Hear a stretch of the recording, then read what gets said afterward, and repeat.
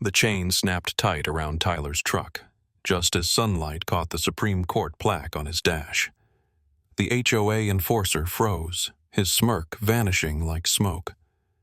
Across the lawn, a black sedan pulled up, and a woman in a blazer stepped out. She wasn't here to talk. But what happened next will shock even those who thought they'd seen everything. But first, let's go back to the beginning. The morning was deceptively quiet, the kind of silence that masks tension rather than soothes it.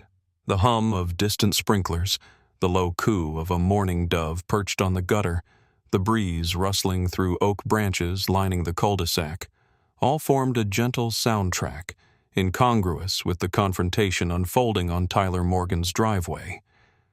Concrete, cool and just beginning to warm under the early sun, pressed against his bare feet as he stood still, coffee in hand, watching two men stumble through authority they hadn't earned.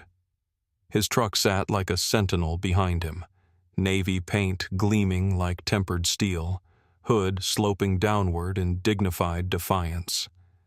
It bore the wear of stories most men couldn't imagine. Bullet gouges patched in Amarillo, rust lines filled in Idaho winters, a cracked fog light from the summer he spent teaching reservation kids how to build solar cookers in New Mexico. It wasn't a truck. It was a record, a testimony on four wheels. And now, under the pretense of aesthetic conformity, it was being targeted by clipboard cowboys too drunk on borrowed power to know the legal line they were about to cross. Vince, lean and loud, read aloud from a paper with all the authority of a substitute teacher clinging to rules he didn't understand. HOA Regulation 1237, Non-Conforming Exterior Profile. All vehicles must adhere to community visual standards. Tyler didn't blink. Instead, he watched the words float into the air like dandelion seeds, hollow, directionless, already crumbling under scrutiny. Vince's partner, heavier and graying, looped the chain with the practiced rhythm of someone who had impounded dozens of vehicles, but never one guarded by federal precedent and constitutional weight. He avoided Tyler's eyes not from shame, but habit. A man long used to doing what he was told, never questioning if the why held water. Tyler's voice was not loud, but it was a scalpel, slicing clean. You need a court order, private property, no consent. You're trespassing. The smirk that stretched across Vince's face did so with the fragility of paper left out in the rain. He didn't respond with law. He responded with bravado, the last refuge of the uninformed. Doesn't matter. You'll have to take it up with the board. Tyler's hand moved slowly, deliberately, as he placed the coffee mug on the hood of the truck. The gesture wasn't aggressive. It was ceremonial, like removing a robe before passing judgment. You so much as tighten that chain, he said, his tone like a judge's gavel striking wood, and I'll make sure your next paycheck comes stamped with a subpoena. The older man froze. Vince hesitated mid-step, suddenly unsure if the clipboard in his hand could protect him from the name engraved in brass on the dashboard behind Tyler. The Supreme Court citation wasn't a threat. It was a quiet warning, a legal tombstone for anyone foolish enough to ignore it. And for the first time that morning, the chain, metallic and arrogant, fell silent. The glint off the brass plaque wasn't just sunlight, it was history catching fire in the face of arrogance. Vince's gaze, once dripping with smug detachment, narrowed as he leaned forward, squinting to decipher what had just hijacked the power dynamic. His eyes skimmed the etched words, presented by the office of the Chief Justice of the United States. There it was, final, undeniable, and sharp as a scalpel. Vince's throat bobbed in a hard swallow. Behind him, his partner, a man built like a refrigerator and sweating like a faucet, shifted uneasily. His voice, low and urgent, broke through the silence like a verdict whispered too late. We need to stop. But before Vince could process that simple truth, the sedan rolled in. Black, unmarked, immaculate. It glided to a stop at the curb like a gavel descending at the end of a long, tense trial, and from it stepped a woman in a navy suit and heels that didn't just click against the pavement. They declared war. Sylvia Hinton, her hair pinned into a no-nonsense knot, her expression carved from stone and discipline. There was no hesitation in her stride, no courtesy smile, just purpose. Vince turned and took an involuntary step back. "You boys got badges?" Sylvia's voice was soft, almost pleasant, but it crackled with the latent voltage of a federal wiretap. She knew the answer before she asked. They didn't. "I didn't think so." The silence that followed was colder than the breeze that caught the edge of her blazer. Sylvia's presence was a scalpel cutting through whatever fantasy Vince had built for himself about authority, jurisdiction, and that laminated badge hanging limply from his neck.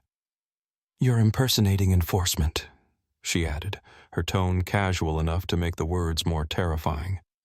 "That's a felony, Vince. Look it up." Vince flinched, not visibly, not dramatically, but it was there, in the tiny twitch at the corner of his eye, in the way his fingers clutched the winch lever like it was the last rung on a rope burning fast. And then the chain hit the ground. It didn't clatter.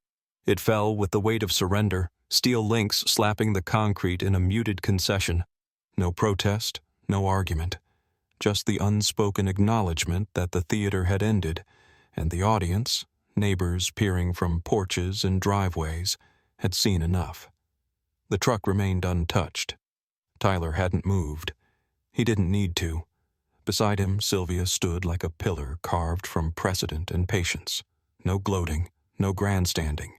Just justice, returning like sunrise, quiet, certain, unstoppable. The fluorescent lights in the community hall hummed like anxious nerves. The air held the bitter scent of overbrewed coffee and something sharper, reckoning. Rows of mismatched folding chairs stretched across the floor, every one of them filled. Some people stood along the walls, arms crossed, eyes narrowed. It wasn't curiosity that brought them. It was memory. Too many had tasted the sting of petty citations, arbitrary fines, and veiled threats slipped under their doors. Tonight wasn't a meeting. It was a tribunal. Tyler Morgan stood at the front, not elevated on a stage, not flanked by microphones. Just a man in worn jeans and weathered boots, posture relaxed, eyes steady. No theatrics, no tie. Yet the room leaned toward him, drawn in by something heavier than charisma. Lived truth. He didn't clear his throat. He didn't ask for silence. He began when he was ready. "I'm not here for revenge," Tyler said, his voice even, his gaze unflinching. "But what happened this morning wasn't just illegal. It was immoral, and it didn't start today." The words dropped into the room like pebbles into deep water. Stillness rippled outward. A woman in the second row nodded, jaw tight. A man near the back crossed his arms slower, less defiantly. Tyler raised a small booklet. "This," he continued, "is a citizen's guide to HOA law. Real law, not the rewritten nonsense you've been told to obey without question." He began passing them out row by row. Hands reached, some tentative, some eager. The paper rustled like the turning of seasons. No one laughed. No one interrupted. "This isn't about fighting," he said. "It's about understanding that your home doesn't come with a muzzle, that the people who collect your dues don't own your dignity." The room was silent, but alive. Something was cracking. Not loudly, not violently, but with the quiet certainty of ice giving way beneath steady heat. In the corner, Harold Kern sat in a metal chair that suddenly looked too small for his frame. His arms were folded, his jaw tight, but the color had drained from his cheeks. He wasn't in charge anymore. Not really. The room no longer tilted toward him. It tilted toward the truth. A murmur built, low at first, then steady. Whispers passed between neighbors who hadn't spoken in months. Nods exchanged across rows. Then, without cue or command, the first clap broke the tension. Another followed. Then dozens. Then all. It wasn't applause for a man. It was for a moment. And Harold Kern, still seated, didn't clap. He stared forward, watching the authority he once wore like armor dissolve, sheet by sheet, echo by echo, beneath the weight of awakening. The morning air was still, the kind of stillness that hangs heavy after a storm, not of weather, but of will. Tyler stepped out onto his porch barefoot, his footsteps soundless against the cool wood. The sun had barely crested the rooftops, casting soft, long shadows across the quiet cul-de-sac. The scent of cut grass mingled with the crisp bite of early spring.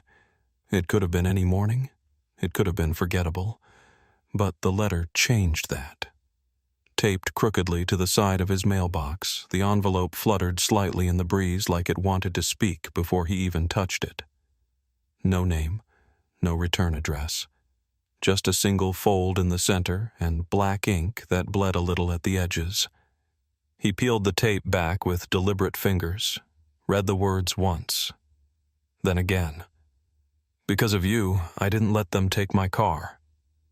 No signature, no plea for recognition, just a single line, a private truth pressed into paper, offered without pretense. Tyler didn't smile. He didn't need to. He folded the note carefully, precisely, like it was legal evidence, and walked to his truck. The navy paint still gleamed faintly from yesterday's sun. The Supreme Court citation glinted back at him from the dash. He tucked the note behind the plaque, just enough so the corner peeked out. Not as a trophy, as a reminder. Not all victories are loud. Not all revolutions begin with fire. Some start quietly, with silence that refuses to bow, with a mug of coffee on a driveway, with calm that unsettles cruelty. The real triumph wasn't in the winch that never turned, or the smug face that finally fell. It was in that letter. In the idea that someone nameless, silent, nearly broken, had seen what happened and remembered their own strength. Tyler stepped back, eyes tracing the street where it all happened. The lawns looked the same, the houses unchanged, but something was different. Not in the concrete, not in the bricks, in the people inside them. Somewhere behind one of those doors, someone stood a little straighter today, because fear had been replaced with precedent, isolation replaced with example, and tyranny had been met not with rage, but with relentless composure. Tyler turned and went back inside. He had no speech to give, no court to enter, but justice had happened anyway, and that was more than enough.